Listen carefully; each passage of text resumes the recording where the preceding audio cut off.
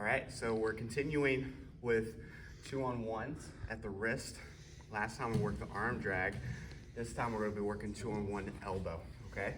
It's gonna be the same concept, except for a few more options open up for us since we got the outside of the elbow rather than the inside. So again, we're obtaining a 2-on-1 wrist. It's usually the first grip that we're able to get, okay? Never forget to reinforce the weakness of your grip, which is the middle of the finger, the middle finger in your thumb with your other hand. So don't be going for grips like this, okay? Slide it down at the end of the lever, keeping your elbows pinched here, okay? So arm jack is gonna be grabbing the upper arm with the inside arm.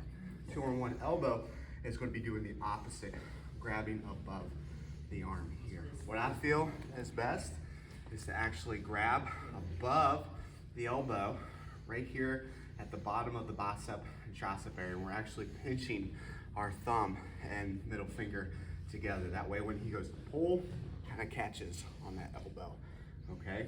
And same concepts here. We're gonna keep our elbows pinched to our sides, okay? The beauty of this grip is now we can start attacking front triangle chokes. There's two variations of how you can set this up initially.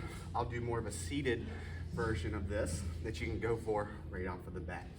Okay, so I'm into here. First thing I want to do is I want to do a foot post on the same side hip as the arm that I'm controlling. And I want to attack a front triangle here, okay?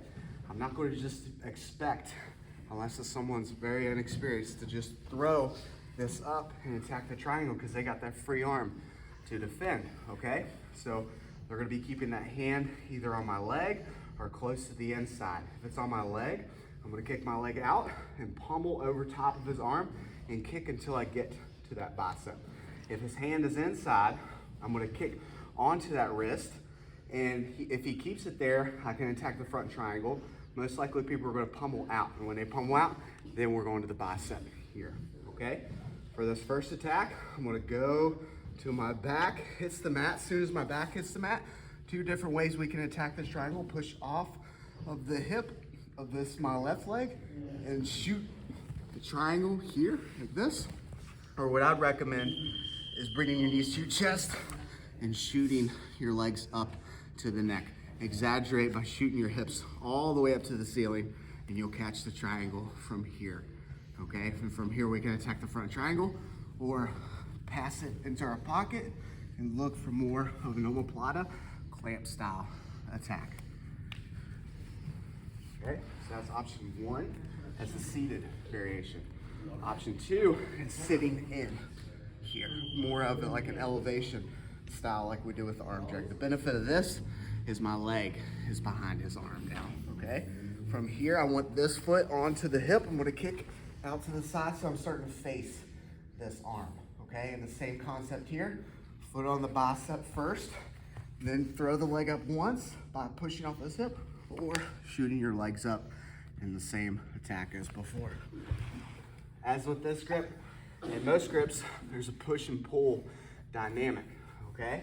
So if I'm ever here and I feel that he's pulling back and I can't get that triangle, what I'm gonna do is I'm gonna do an elbow pass wrestle up here. So the way that's gonna look is when he's posturing back, I'm gonna swing my legs to the same side as the arm that I'm attacking. I'm gonna go the wrist and post this hand on the mat, and I'm gonna push this arm across his body as much as I can and scoot my body out to the side at the same time. As you see here, I got a straight arm. If this is a bent arm, turn into me, it's gonna collapse the arm. But if I'm here, turn into me, it's difficult, okay? Now from here, I'm gonna heist up to both of my knees are on the mat. There's gonna be three options we can get here. If I get his head so far towards that direction, that I can just go to the turtle, great. If he's turning into me and his head is low, I can wrap the neck and settle with the front headlock. Or if he postures up, I can go low, we can work double leg down to the mat, okay? So if their head's so far away, we're going turtle. If their head is low, front head. If their head is high, we're looking double, okay? The pro of the elbow push is it really gets your body out of alignment and our mobility has increased, but also his as well. So if he decided to run away in that direction, might be hard to catch him, okay? Whereas the arm drag, I don't have as much mobility, but he can't run away as easy because I got these grips on here. So what you can do with this as well, instead of doing an elbow push, what you can do is an arm drag instead. And then we heist and go through this same series as we did prior, okay? And you can also use, if you want, the 2-on-1 to elevate to either over, under, X guard, all those positions that we did with arm drag. You can do the same here.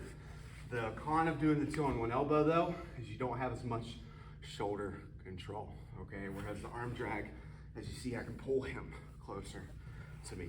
So options the way out there, but definitely recommend for your strategy, if you're attacking this, to attack the triangle. Whenever that's failing, we're looking to elbow pass and come up.